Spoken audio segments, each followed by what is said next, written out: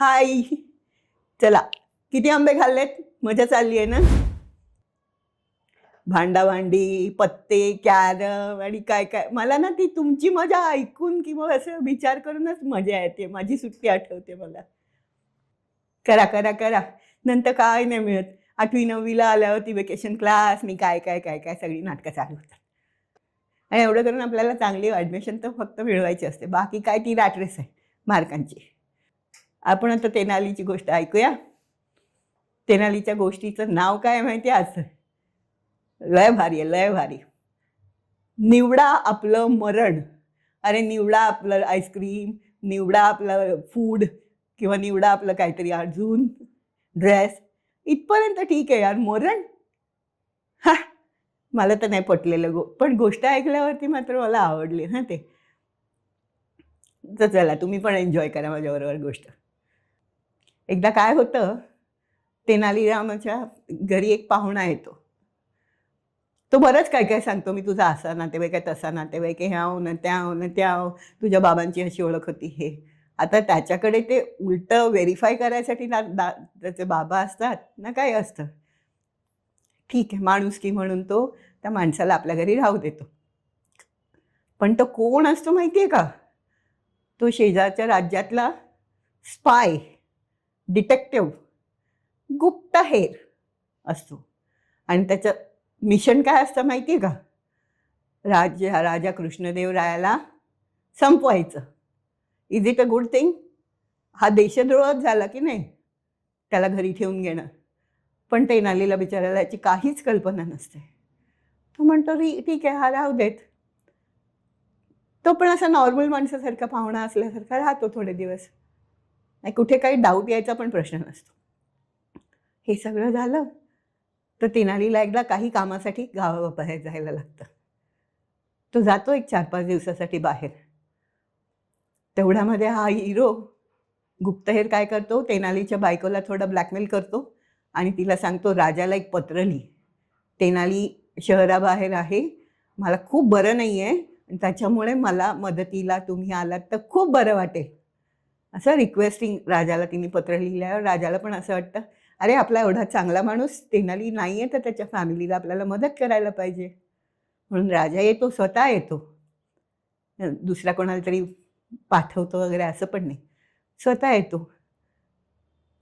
पण हा जो असतो ना धूर्त माणूस, जो स्पाय असतो, तो काय करतो, राजा आल्या आल्या राजावरती जोरात अटॅक करतो.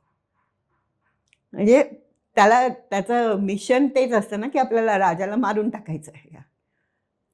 पण त्याचं मिशन सक्सेसफुल होत नाही का तर राजा पण अलर्ट असतो.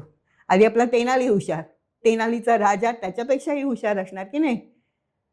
त्याला सगळं लक्षात येतं की हे काय झालंय आणि तेनालीला याच्यात फसवलं गेलंय, त्याच्या बायकोला पण फसवलं गेलंय.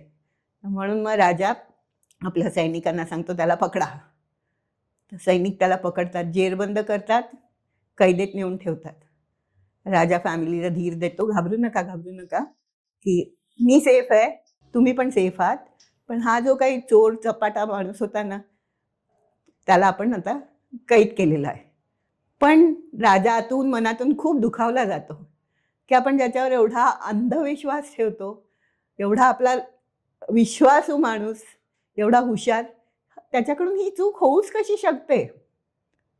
ही चूक आहे, मान्य आहे, पण ही चूक त्याच्याकडून एखाद्या साध्या गरीब माणसाकडून, म्हणजे गरीब म्हणजे डोक्याने माणसाकडून झाली तर ठीक आहे, हा एवढा हुशार बुद्धिमान आणि ह्याच्याकडून ही चूक.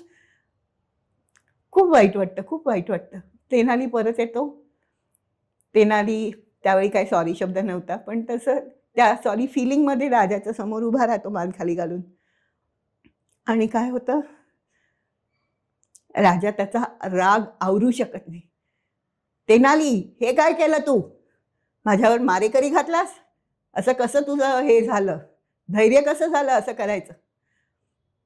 ह्याच्यातलं काहीही प्रकार माहिती नसतो. त्याच्यामुळे तेनाली काय करतो, मौनम सर्वाचं साधनम, शांतपणे उभा राहतो.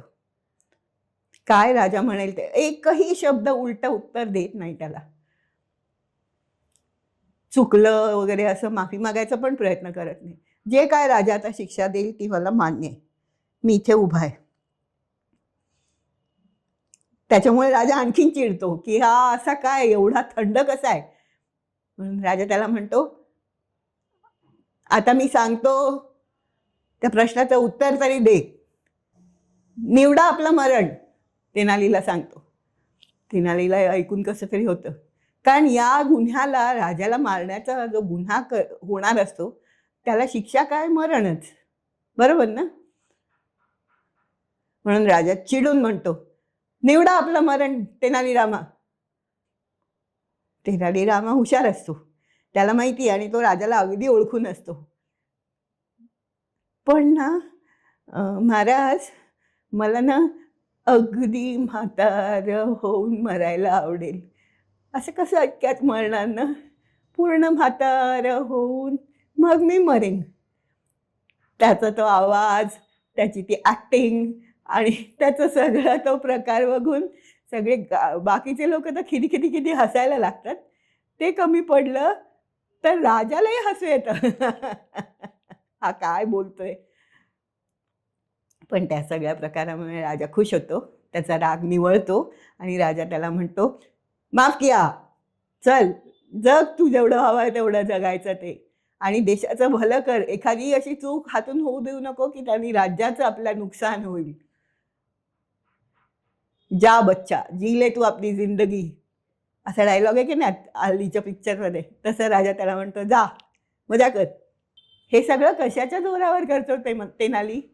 त्याच्या हुशारीच्या जीवावर, चातुर्याच्या जीवावरती. एखादा असता तर गळफटून गेला असता, नाही ना मरण नको ना, मला नका मारू, अशी गयावया करत बसला असता. आम्ही काय सांगतो, मला म्हातारं होऊन मरायचं. असा तो तेनाली.